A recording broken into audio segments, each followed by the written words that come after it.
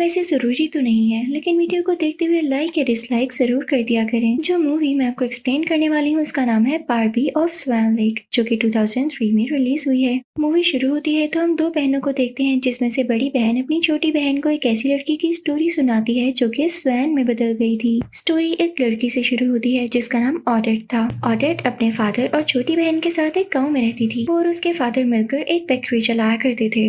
दूसरी तरफ सीन बदलता है तो हम प्रिंस को देखते हैं जो आर्चरी की प्रैक्टिस कर रहा होता है कि इतने में क्वीन वहां पर आकर उसे प्रिंसेसेस की पिक्चर्स दिखाने लगती हैं ताकि प्रिंस किसी प्रिंसेस को पसंद करके शादी कर ले। फिर हम देखते हैं कि गांव में शोर मचा होता है। ऑडेट बाहर निकल कर देखती है तो वहाँ एक यूनिकॉर्न होता है जिसे सब लोग पकड़ने की कोशिश कर रहे होते हैं, लेकिन वो यूनिकॉर्न अपनी जान बचाकर वहाँ से भाग जाता है और ऑडेट उसका पीछा करने लगती है। यूनिकॉर्न नदी से गुजरकर एक गार के पास पहुँच जाता है और इस गार का दरवाजा अपनी सींग से खोलता है। ऑडेट भी वहाँ पर आ जाती है और इस केव में एंटर हो जाती है। इस केव के आगे बिल्कुल जन्नत जैसा सीन होता है। ऑडेट देखती है कि यूनिकॉर्न की गर्दन की रस्सी एक लकड़ी में फंस जाती है और यूनिकॉर्न इससे हेल्प मांगता है। यहाँ पर ऑडेट को पता चलता है कि यूनिकॉर्न इंसानों की तरह बोल भी सकता है। ऑडेट रस्सी काटने के लिए कुछ ढूंढ रही होती है कि इसकी नजर एक क्रिस्टल डायमंड पर पड़ती है। फॉरेस्ट के बाकी एनिमल्स और एक फेरी भी छुपकर ऑडेट को देख रहे होते हैं। ऑडेट वो डायमंड उठाती है और इसे यूनिकॉर्न के गले की रस्सी को काट देती है। फेरी ऑडेट के सामने आ जाती है और बताती है कि हम बहुत टाइम से तुम्हारे यहाँ आने का इंतजार कर रहे थे। यहाँ हमें पता चलता है कि इस यूनिकॉर्न का नेम लीला है। फेरी लीला से कहती है कि तुम्हें बाहर की दुनिया में जाने से मना किया हुआ है, तो फिर तुम क्यों वहाँ पर गई?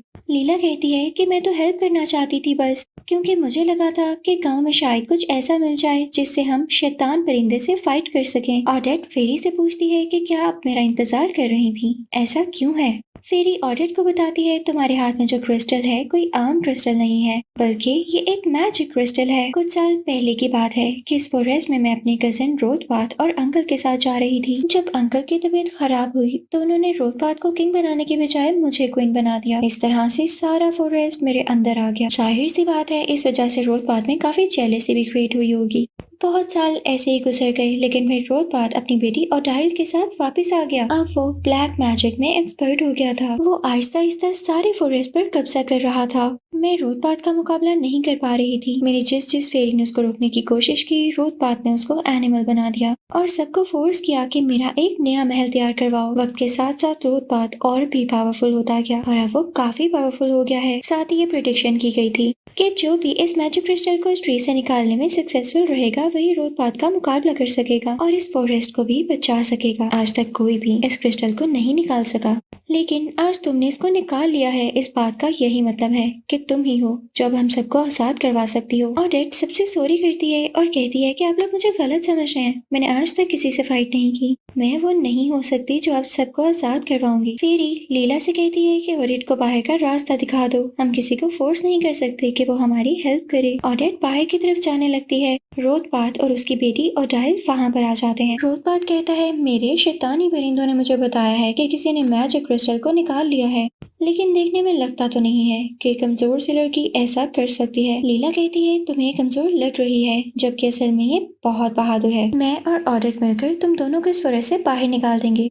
ये सब सुनकर रोथपाथ ऑडेट को एक स्वैन में चेंज कर देता है। ऑडेट एक बहुत ही प्यारी बारबी से एक स्वैन में बदल जाती है। इसके बाद वो ऑडेट का मजाक बनाने लगता है कि ये फॉरेस्ट को बचाएगी, ये जो कि अब स्वैन है। लीला ऑडेट को जाने का कहती है। ऑडेट उड़कर फेरी के पास चली जाती है। फेरी इसे क्राउन पहनाती है और इसे बताती है कि रोथपाथ तुम्हारा कुछ नहीं बिगाड़ सकता। रोथपाथ फेरी से कहता है कि तुम कभी भी इस फॉरेस्ट की क्वीन नहीं बन सकती। तुम क्राउन मुझे देके सबको मुसीबत से बचा क्यों नहीं लेती? फेरी इसे क्राउन देने से मना कर देती है। रोथपाथ को गुस्सा आ जाता है और वो ऑडेट को मारने लगता है। वो ऑडेट पर जादू कर देता है, लेकिन इस पर जादू का कोई असर नहीं होता क्योंकि उसने मैजिक क्रिस्टल वाला क्राउन पहना होता है। रोथपाथ जब ये देखता है कि इसके जादू का असर ऑडेट पर नहीं हो रहा तो अपनी बेटी ओडाइल को लेकर चला जाता है। लीला ऑडेट से कहती है तुमने तो रोथपाथ को डरा के भगा दिया। ऑडेट फेरी से रिक्वेस्ट करती है कि आप मुझे दोबारा इंसान बना दें। फेरी ऑडेट को बताती है कि मेरा जादू मुकम्मल असर नहीं करता। सूरज गरूब होते ही मेरे जादू का असर शुरू हो जाता है। जैसे जैसे ही सूरज गरूब होता है, ऑडेट और बाकी सब फेरीज जो एनिमल्स बन गए थे सब अपनी असली इंसानी शक्ल में आ जाते हैं। ऑडेट फेरी से पूछती है कि रोज पार्क के जादू को किस तरह से खत्म किया जा सकता है। फेरी बताती है कि इसका तरीका यानी मेथड इस फॉरेस्ट के राज की किताब में लगा हुआ है और इसकी प्रोटेक्शन एरास्मस करता है। कोई भी ऑडेट को इस बुक तक लेकर जाने के लिए तैयार ही नहीं होता क्योंकि वो जगह बहुत खतरनाक होती है और वो सब इस जगह से डरते हैं। लीला ऑडेट को लेकर जाने के लिए तैयार हो जाती है। फेरी ऑडेट को एक लीफ देती है और कहती है कि इसकी हेल्प से तुम डोर ओपन कर सकती हो। अब सीन बदलता है तो हम देखते हैं कि प्रिंस पैलेस में बैठा होता है। इसे बाहर कुछ गिरने की आवाज आती है। वो बाहर जाकर देखता है तो उसके सर्वेंट के पास एक बहुत बड़ा वुडन बॉक्स होता है। वो दोनों इस बॉक्स को उठाकर लाइब्रेरी में ले आते हैं। प्रिंस वो बॉक्स खोलता है तो इसमें अर्थ ग्लोब होता है। प्रिंस इस ग्लोब को देखते हुए कहता है कि दुनिया में शादी से ज्यादा इंटरेस्टिंग चीजें और भी हैं करने के लिए। दूसरी तरफ हम देखते हैं कि ऑडेट के फादर और सिस्टर से परेशान होते हैं। वो इसे हर जगह ढूंढ रहे होते हैं। लीला और ऑडेट इस जगह पहुंच जाते हैं जहाँ इन्हें वो बुक मिलनी थी। ऑडेट उस लीफ के थ्रू डोर को खोलती है। वो दोनों अंदर चले जाते हैं। अंदर इन्हें बहुत डरावनी आवाज आती है कि तुम लोग यहाँ क्या करने आए हो। लीला बताती है कि हमें वो बुक चाहिए जिसकी हेल्प से हम जादू का असर खत्म कर सकें। एरास्मस को सुनकर गुस्सा आ जाता है। वो नीचे आता है तो ऑडेट इसे वो लीफ देती है कि ये हमें फेरी ने दिया है कि आपको दिखाकर वो बुक पा सकें। एरास्मस इस लीफ को देखता है और कहता है कि अच्छा आप लोग मेरे गेस्ट हैं। वो लीला और ऑडेट के साथ बहुत अच्छा बिहेवियर रखता है। ऑडेट एरास्मस से इस बुक का पूछती है तो वो बताता है कि मैं भूल गया हूँ मैंने इसे कहाँ संभाल रखा था। फिर तीनों मिलकर बुक ढूंढने लग जाते हैं। बुक ढूंढते ढूंढते सुबह हो जाती है और ऑडेट फिर से स्वैन बन जाती है। अब सीन चेंज होता है तो हमें रोथपाथ का पैलेस दिखाया जाता है। रोथपाथ ओडाइल से कहता है कि मुझे हर हाल में वो मैजिक क्रिस्टल चाहिए, बेशक फिर मुझे वो क्राउन तोड़ना ही क्यों ना पड़े। क्राउन का सुनकर ओडाइल जिद करती है कि मुझे भी क्राउन चाहिए। रोथपाथ इसे क्राउन लाकर देने का प्रॉमिस करता है। ओडाइल अपने फादर से कहती है आप ऑडेट को खत्म क्यों नहीं कर देते, ये तो कोई मामूली इंसान भी कर सकता है। इस बात से रोथपाथ को आइडिया आता है कि ऑडेट भी इंसान है तो इसे खत्म करने के लिए किसी इंसान का ही यूज कर सकते हैं। अपने इसी आइडिया पर फोकस करने के लिए और इस पर इम्प्लीमेंट करने के लिए रोथपाथ ईगल बनकर विलेज जाता है। प्रिंस ईगल का शिकार करना चाहता है। रोथपाथ प्रिंस को केव की तरफ लेकर आता है। प्रिंस देखता है कि केव के अंदर तो एक बहुत खूबसूरत फॉरेस्ट है। दूसरी तरफ रोथपाथ ऑडेट को तंग कर रहा होता है। वो इसे मारने की कोशिश कर रहा होता है। ऑडेट स्वैन बनी होती है क्योंकि अभी सूरज गरूब नहीं हुआ होता। रोथपाथ ऑडेट को प्रिंस के सामने लेकर आता है ताकि प्रिंस इसका शिकार कर ले और इस तरह ऑडेट मर जाएगी। लेकिन प्रिंस स्वैन की खूबसूरती को देखता ही रह जाता है और इसका शिकार नहीं करता। इतने में सूरज भी गरूब हो जाता है और ऑडेट अपनी इंसानी शक्ल में वापस आ जाती है। प्रिंस ऑडेट से पूछता है तुम कौन हो और यहाँ क्या कर रही हो। ऑडेट बताती है कि मैं गांव में रहती हूँ और आपको जानती हूँ, आप प्रिंस हैं, मैं यहाँ गलती से आ गई थी। ऑडेट प्रिंस को सब कुछ बताती है कि किस तरह रोथपाथ ने इस पर जादू किया था। ये स्वैन बन गई और अब इसको जादू तोड़ना है। इतने में रोथपाथ भी वहाँ आ जाता है। प्रिंस कहता है तुम ऑडेट को मुझसे मरवाना चाहते थे।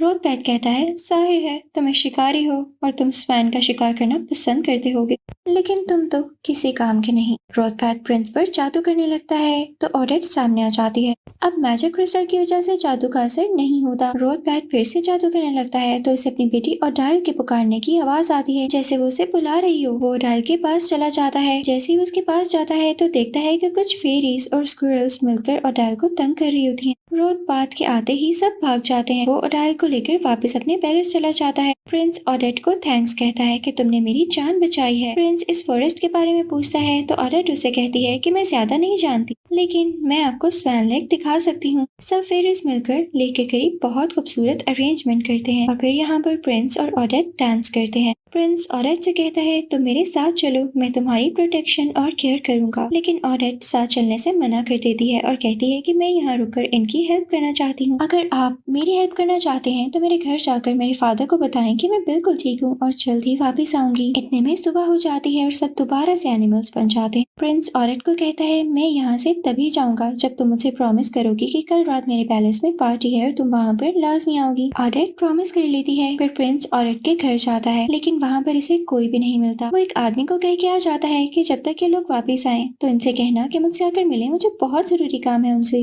अब हम देखते हैं कि एरास्मस को वो बुक मिल ही जाती है जिसमें रोथबैथ के जादू को खत्म करने का सारा प्रोसीजर लिखा होता है। एरास्मस बुक लेकर सबके पास जाता है और रोथबैथ के शैतानी परिंदे ये न्यूज देने के लिए रोथबैथ के पास चले जाते हैं। ऑडिट की मैजिक क्रिस्टल से वो बुक खुल जाती है। इसमें लिखा होता है कि जो भी मैजिक क्रिस्टल को निकालेगा और इसे इसका सच्चा प्यार मिलेगा तो ये जादू खत्म हो जाएगा, लेकिन अगर इसने अपनी मोहब्बत का इजहार किसी और से कर दिया यानी किसी और को बता दिया कि वो उसे पसंद करता है तो मैजिक क्रिस्टल का असर खत्म हो जाएगा। सब ऑडिट को प्रिंस की पार्टी में जाने के लिए तैयार कर रहे होते हैं कि आज प्रिंस ऑडिट से अपनी मोहब्बत का इजहार करेगा यानी उसे बताएगा, उसे कन्फेस करेगा कि वो उसे पसंद करता है और रोथबैथ के जादू का असर खत्म हो जाएगा। सब तैयारियों में बिजी हो जाते हैं कि रोथबैथ एरास्मस और इस बुक को उठाकर अपने पैलेस ले जाता है। यहाँ रोथबैथ को सब पता चल जाता है और वो अपनी बेटी ओटाइल के नेकलेस पर जादू कर देता है। वो कहता है कि आज रात तुम्हें प्रिंस की पार्टी में जाना है। इस जादू से ये होगा कि जब भी प्रिंस तुम्हें देखेगा तो उसे तुम्हें ऑडिट नजर आएगी और फिर वो तुमसे कन्फेशन कर देगा और हमारा काम भी पूरा हो जाएगा। फिर मैं इस फॉरेस्ट का किंग बन जाऊंगा। रोथबैथ एरास्मस पर भी जादू कर देता है और इसे फॉर्म बना देता है। लीला, ऑडिट और बाकी सब रोथबैथ के पैलेस एरास्मस को बचाने के लिए आते हैं। वो बहुत चालाकी के साथ सब शैतानी परिंदों को मारकर एरास्मस को बचा लेते हैं। सीन बदलता है तो हम प्रिंस की पार्टी देखते हैं जहाँ प्रिंस ऑडिट का वेट कर रहा होता है। दूसरी तरफ एरास्मस सबको रोथबैथ के इरादों यानी इंटेंशंस का बताता है कि वो क्या करने वाला है। ऑडिट पार्टी में जाने के लिए तैयार हो जाती है कि अगर मैं वहाँ ना गई तो प्रिंस को सच्चाई का पता नहीं चलेगा।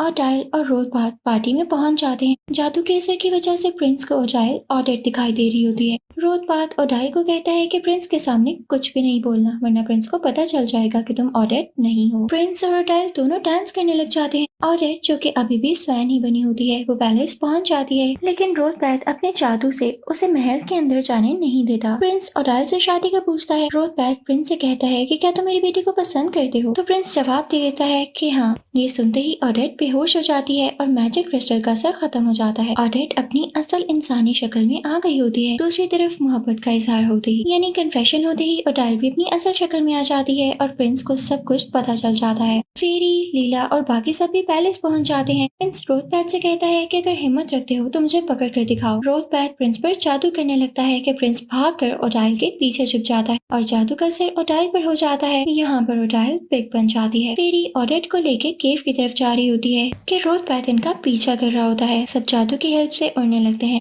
और केव के अंदर फॉरेस्ट में पहुंच जाते हैं। रोथबैथ इन पर दर्द के जरिए अटैक कर देता है। फेरी रोथबैथ से कहती है कि ऑडिट को छोड़ दो क्योंकि तुम्हारी लड़ाई मुझसे है।